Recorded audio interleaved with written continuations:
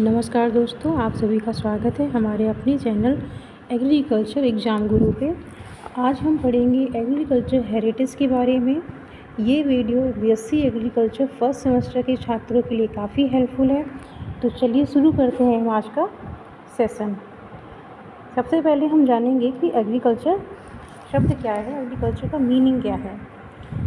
कृषि विज्ञान की वह शाखा है जो फसलों की खेती और पशुपालन से संबंधित है एवं कृषि दो लैटिन शब्दों से मिलकर बना हुआ है, एगर एवं कल्चर या कल्चरा। इसे कल्चर या कल्चरा भी बोलते हैं। एगर का मीनिंग है मिट्टी और मिट्टी से मतलब है, एगर का अर्थ है मिट्टी से अर्थ है और कल्चर का अर्थ है संस्कृति से। तो ये दो शब्दों से लेकर बनाया गया है, एगर एवं कल्चर। कृषि एक अनुप्रयुक्त विज्ञान है जो फसल उत्पादन के सभी पहलुओं को शामिल करता है, जिसमें बागवानी, पशुधन पालन, मत्स्य पालन, वानिकी आदि सभी शामिल इसमें होते हैं। अब हम जानेंगे इसका इंट्रोडक्शन क्या है।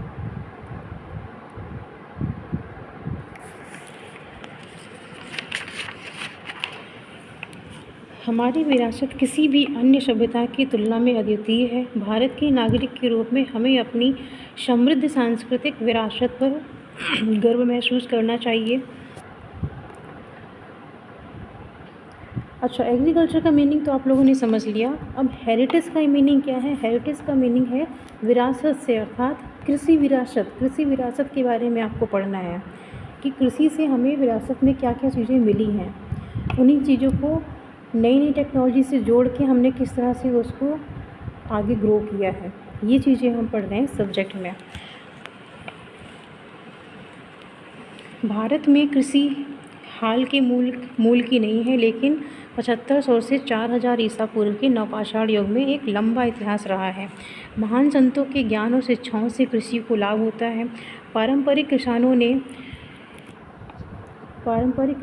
प्रकृति के अनुकूल विकास किया है। खेती प्रणाली और प्रथाओं जैसे मिश्रित खेती, मिश्रित फसल रोटेशन आदि प्राचीन भारत के महान महाकाव्यों में भारत के किसानों की पुरानी पीढ़ियों के पास ज्ञान की गहराई है।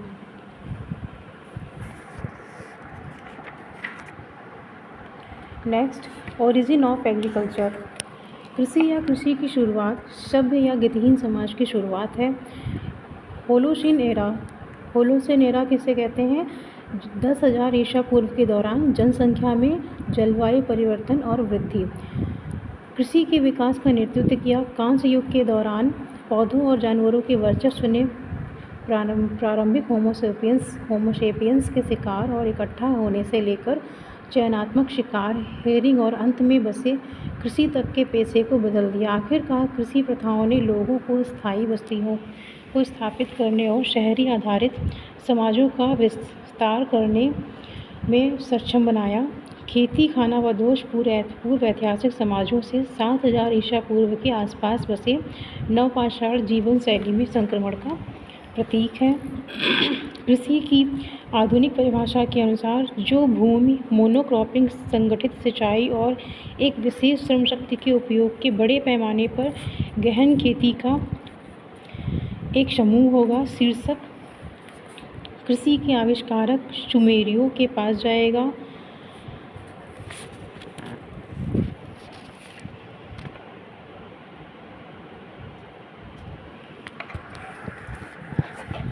Agriculture is defined as an art, science and business of producing crops and livestock for economic purposes. कृषि को आर्थिक उद्देश्यों के लिए फसलों और पशुधन के उत्पादन की कला, विज्ञान और व्यवसाय के रूप में परिभाषित किया गया है।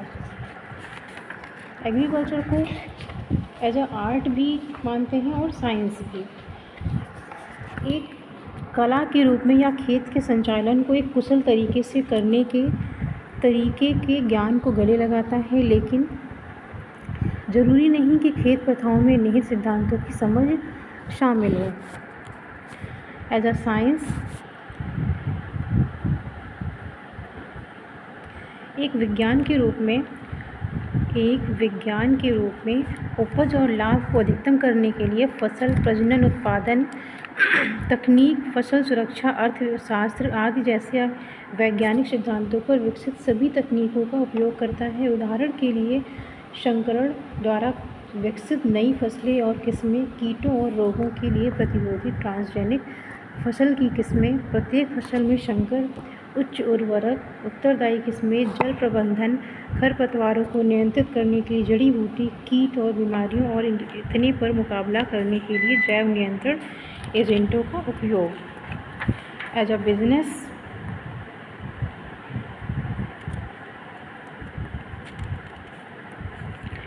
बिजनेस कृषि के विकास में विभिन्न चरण हैं। व्यवसाय के रूप में जब तक कृषि ग्रामीण जनसंख्या उत्पादन के जीवन का तरीका है, अंततः उपभोग के लिए बाध्य है, लेकिन एक व्यवसाय के रूप में कृषि का उद्देश्य भूमि, श्रम, जल और पूंजी के प्रबंधन के माध्यम से अधिकतम शुद्ध रिटर्न है, जो भोजन, फीड, फाइबर और ईंधन के उत्पादन के लिए विभिन्न विज्ञानों के ज्ञान को नियोजित करता है। हाल के वर्षों में कृषि को मशीनीकरण के माध्यम से व्यवसाय के रूप में चलाने के लिए व्यावसायिक किया जाता है।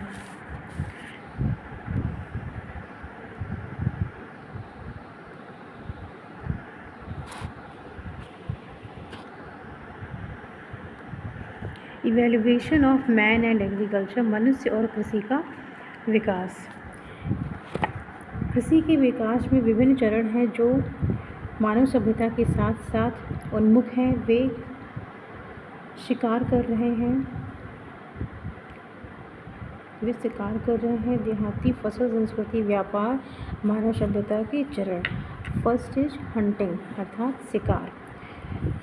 शिकारियाँ पुराने दिनों में भोजन का प्राथमिक स्रोत था। यह महत्वपूर्ण व्यवसाय है और यह बहुत लंबी अवधि के लिए अस्तित्व में है।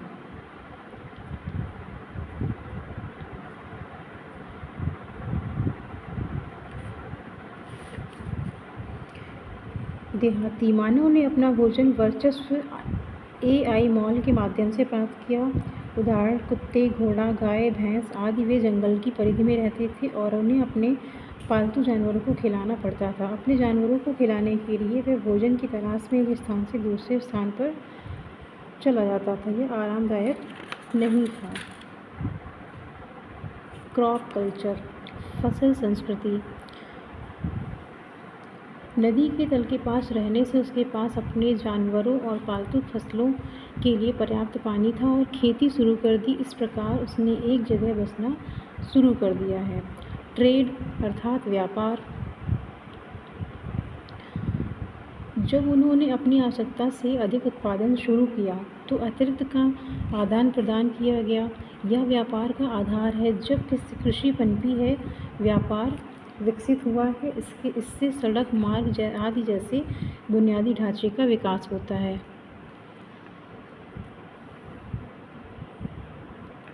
Beginning of agriculture in India, Bharat में कृषि की शुरुआत।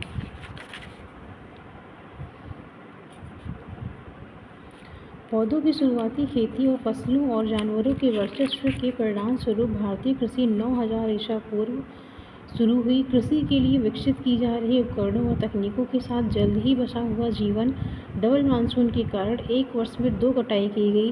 प्राचीन ऐतिहासिक अवधि के दौरान भी भारतीय उत्पाद जल्द ही मौजूदा व्यापारिक नेटवर्क के माध्यम से दुनिया में पहुंच गए और विदेशी फसलों को भारत में पेश किया गया। पौधों और जानवरों को भारतीयों द्वारा उनके अस्तित्व के लिए आवश्यक माना जाता है कि पूजा की जाती है।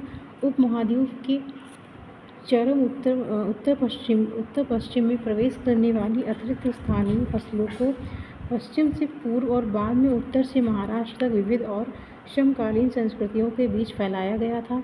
चावल ने गेहूं, जौ या बाजरा आधारित अर्थव्यवस्था में उत्तर से प्रवेश किया। गेहूं और जौ के प्रसार के बाद दक्षिण में और लौह युग के दौरान गहरे दक्षिण में प्रवेश किया, जिसके दौरान इसकी खेती बाकी उपमहाद्वीप में विस्तारित हो गई थी।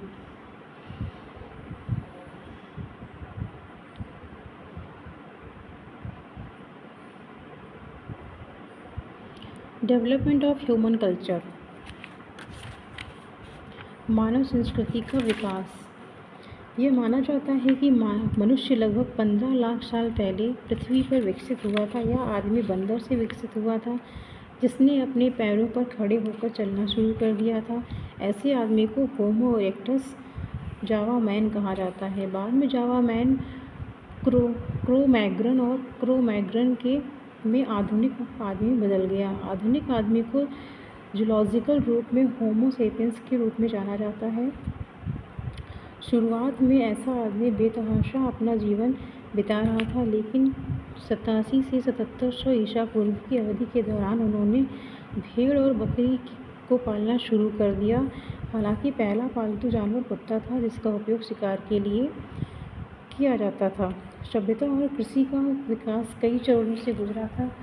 पुरातात्विद ने शुरू में चरणों को पाषाण युग, कांस्य और लौह युग के रूप में वर्गीकृत किया। इसके बाद विद्वानों ने पाषाण युग को पुरापाषाण काल, नवपाषाण युग और मेसोलिथिक में फैलाया।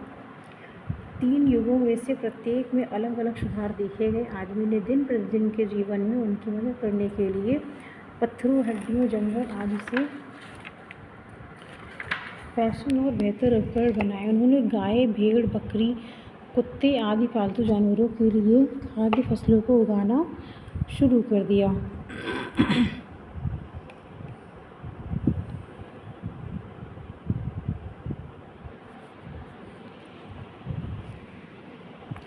पुरापाषाण युग इस अवधि में भोजन इकट्ठा करने वालों और शिकारी की विशेषता है। पाषाण युग के व्यक्ति ने पत्थर के औजार और कच्चे हेलीकॉप्टर बनाने शुरू कर दिए।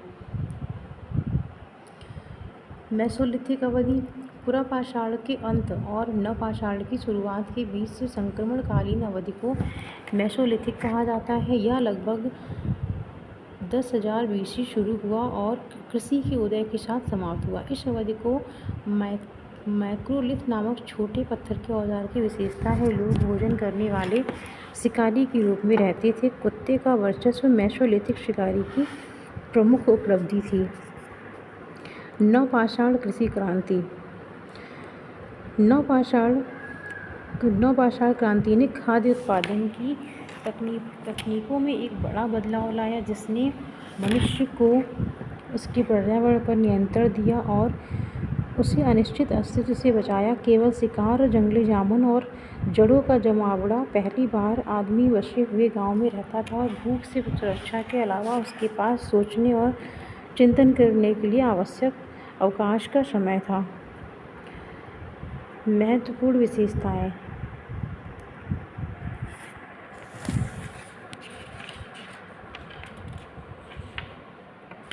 नवपाषाण संस्कृति में आर्थिक और तकनीकी विकास के एक चरण को दर्शाती है। झाड़ियों की सफाई के लिए पॉलिश पत्थर की कुल्हाड़ियों का उपयोग, खाद्य अनाज के भंडारण के लिए हस्त निर्मित मिट्टी के बर्तन, आविष्कार किया कपड़ा, बुनाई और टोकरी,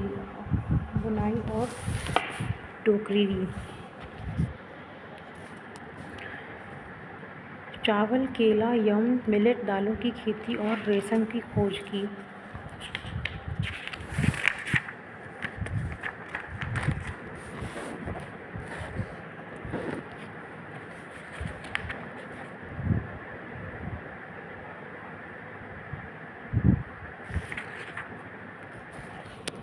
चैल्कोलिथिक संस्कृति।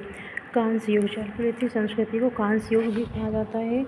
ये 3000 से 1700 BC पूर्व था। चैल्कोलिथिक शब्द को तांबे और कांस्य के साथ पत्थर के औजार को उपयोग करके समुदायों पर लागू किया जाता है। अधिक उत्पन्न समुदायों में तांबे और कांस्य के औजार का अनुपात पत्थरों की तुलना में अधिक है। महत्वपूर्ण विशेषताएं।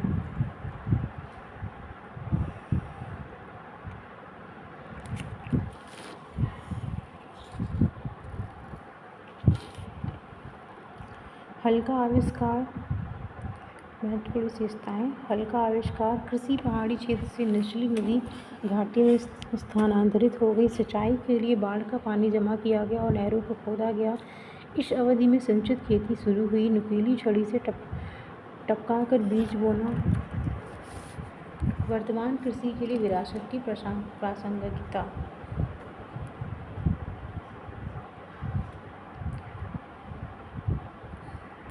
हमारी विरासत किसी भी अन्य सभ्यता की तुलना में अद्वितीय है। भारत के नागरिक के रूप में हमें अपनी समृद्ध सांस्कृतिक विरासत पर गर्व महसूस करना चाहिए। भारत में कृषि हाल के मूल की नहीं है, लेकिन नवपाषाण युग में एक लंबा इतिहास रहा है। महान संतों की ज्ञान और शिक्षाओं से कृषि को लाभ होता है। पारंपरिक किसानों ने प्रकृति के अनुकूल कृषि प्रणालियों और प्रथाओं जैसे मिश्रित खेती, मिश्रित फसल रोटेशन आदि का विकास किया है। प्राचीन भारत के महान महाकाव्यों में भारत के किसानों की पुरानी पीढ़ियों के पास ज्ञान की गहराई है। कृषि विरासत का अध्ययन करने की आवश्यकता और महत्व।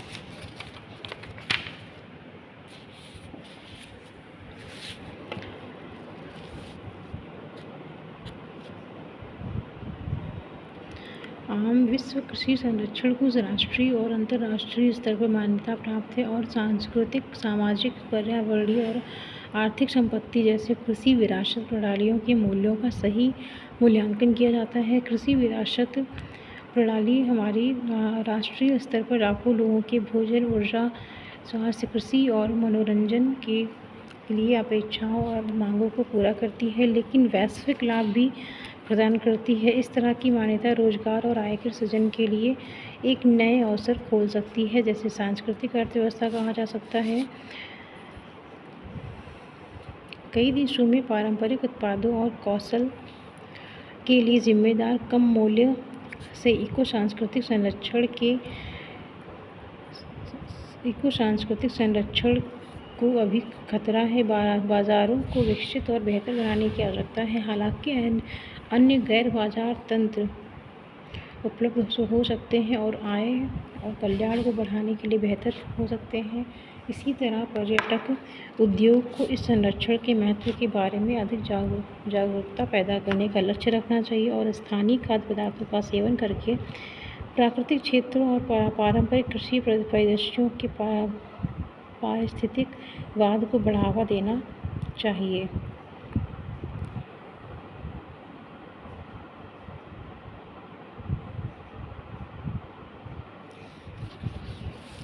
भारत की समृद्ध कृषि विरासत। हमारी कृषि में एक पीढ़ी से दूसरी पीढ़ी तक विरासत में मिली स्थायी प्रथाएं हैं और भारत में कृषि भी एक व्यवसाय नहीं है या कई भारतीय आबादी के लिए जीवन का एक तरीका है। इसलिए वर्तमान पीढ़ी को हमारी प्राचीन और पारंपरिक कृषि प्रणालियों और प्रथाओं के बारे में पता होना चाहिए। यह हमें भविष्य की अनुसंधान रणनीति भी बनाने में सक्षम करेगा। भारत ने कृषि और उसके संबद्ध क्षेत्रों में जबरदस्त प्रगति की है, लेकिन दीर्घकालिक आधार के उनके प्रतिकूल प्रभाव पर विचार किए बिना इनपुट के गहन उपयोग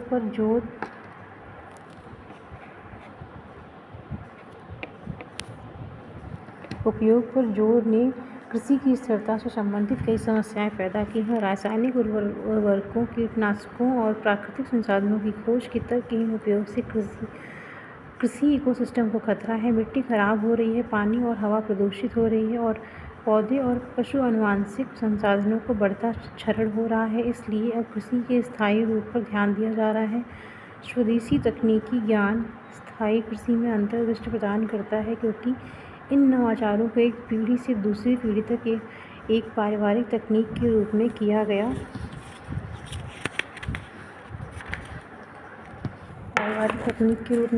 है। भारत में मूल्यवान पारंपरिक तकनीकों के कई उदाहरण हैं, लेकिन दुर्भाग्य से ये छोटी स्थानीय प्रणालियाँ मर रही हैं।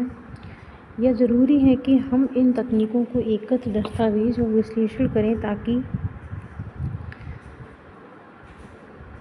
उनके पीछे के वैज्ञानिक सिद्धांत आधार को ठीक से समझा जा सके।